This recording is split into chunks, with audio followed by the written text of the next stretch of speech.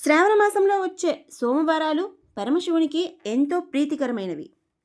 ఈ రోజున ఉదయాన్నే శుభ్రంగా స్నానం చేసి శివలింగానికి నీటితో అభిషేకం చేయాలి.